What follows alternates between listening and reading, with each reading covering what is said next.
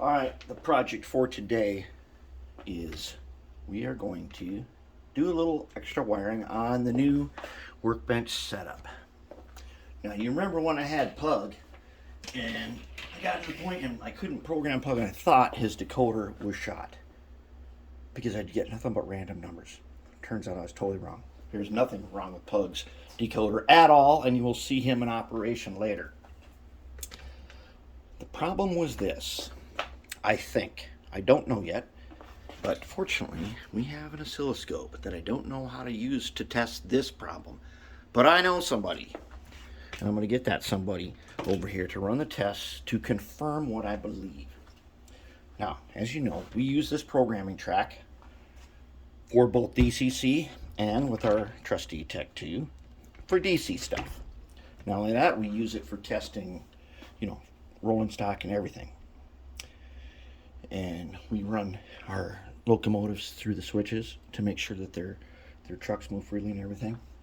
So what we had until recently, when I rebuilt this and put the new thing in and put in the new wiring, what I believe happened was I created what we call a Flyswatter in the Army. In the Army, we called these things Flyswatters. I doubt they're in use now, but way back when, we called them Flyswatters. So I had this one panel here. The master control program, if you flipped it up, you were getting power from a green and yellow wire that runs to the Digikeijs DR5000 base station, which is for programming only. And it would bring that power over here, and you flipped it up, energized the bench for programming. And it worked fine for a couple of years. But then we had that incident where I had drought, dirt pulled back from the wall, then the drought was over, and the wall pushed in and kind of wrinkled up our stuff. And so I rebuilt that fixture, which has 4 switches in it. It's all continuous rail. Okay, now what I believe I've created is a Flyswatter. I think, but I'm going to get an expert. I'm going to get a ham radio guy who is an expert on this kind of stuff to do some tests with the oscilloscope. We'll find out. That's going to be probably a month or two away. We're going to find out. So anyways, what a Flyswatter is. So we've got this coming in. And the only difference between the Workbench now and the way it was before we did this is there's more rail content in this fixture than those snap switches we used to use. There's just a little bit more rail.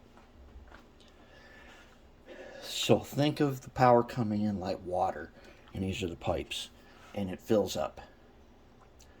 What we have is just a little more water filled up a little bit higher in there.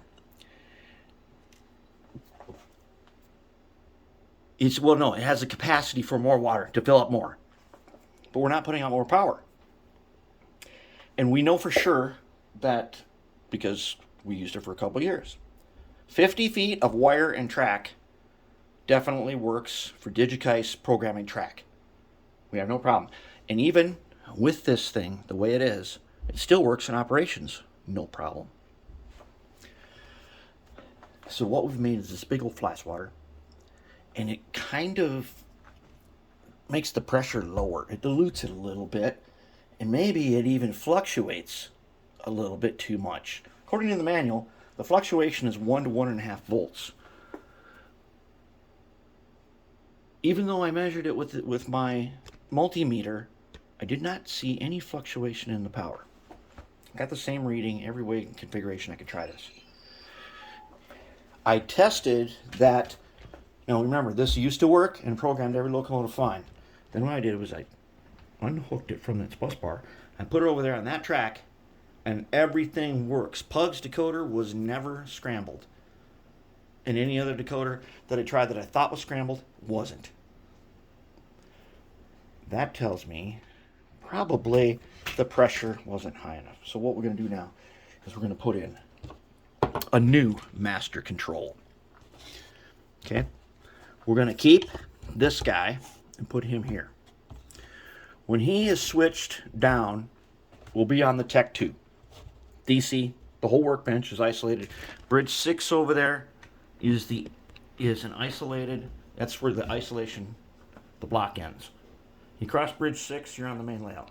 You come this way, bridge 6 onto the workbench, you are on the workbench. And then the workbench is an industry during operations. All right, we're going to keep that. Power will come in, and you can be DCC or DC. Remember, I said or. That's important. We're going to be using these double pole. They have a middle. This is what I have on hand, so we're going to be using them. I only got 2 of them. One is this one, and I'm going to do a matching one. I don't have any other of these kind. So the middle position is safe. Totally off, everything, nothing, everything's dead. Okay, so if you have this on, if you flip this switch up, you are going to be these 2 tracks only. The rest of it will be dead track. And we still have that guy right there. That's that little storage track that we have with the cranes and stuff. That guy's an on and off switch for that back track over there. All right. So if you switch it up, you can isolate to just these 2 tracks if that's necessary. I think when I install this new bus wire and stuff, we may not need that. But we're going to have it anyways. Doesn't hurt nothing.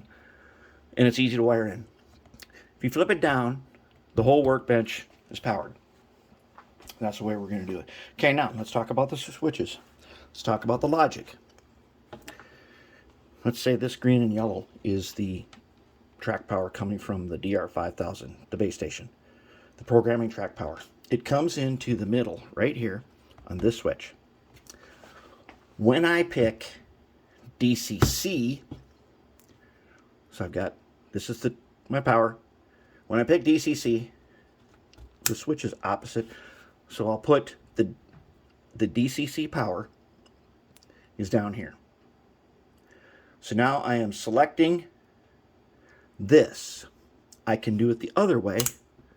And now I am selecting that. These kinds of switches are this or that. They're a choice. I always call the middle ones the choice. This is the power. This is the choice. I'm picking this power this way or that way. All right? So why am I using 2 switches? Because I'm going to have, there's going to be 2 separate buses so that I can cut one of them. So now, what happens over here? Okay, this is where the logic gets tough to understand. These 2 tracks are always powered in all situations. If the power is on, these 2 are going to be powered like they normally are. So that's not a choice. That's just going to be on all the time. The choice is going to be these tracks back here on the bus power. They are either the choice of all the tracks on, or if I flip it up, the back tracks get nothing. So the power comes in here, then the choice is all or nothing for the back tracks. And that's the hard thing to figure out about these. You gotta get your logic so that you're making a choice. This or that. Here's the choice you made, and you're going to choose to have it do this thing or that thing. Now you can map that out on a piece of paper and do some very cool things with remember all those control panels you made over the years? That's how we're going to do this. All right, in the next video, I'm going to show you that it's set up. And then we'll get more into it. But this is going to be the start of doing this. And then we're going to get that SD40-2 and finally reveal him. He's got a truck problem. Remember when I said that I didn't like the way the power pickup was? Oh, I don't like it. And the reason is it interferes with truck free play. And we're going to fix that. And then we're going to be good to go there.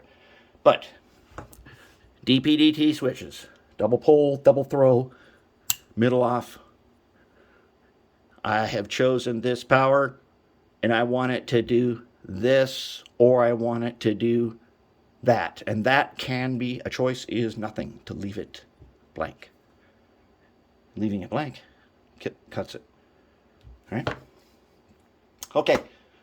I'm going to get to do some wiring here, and then I'll see you in the next one here.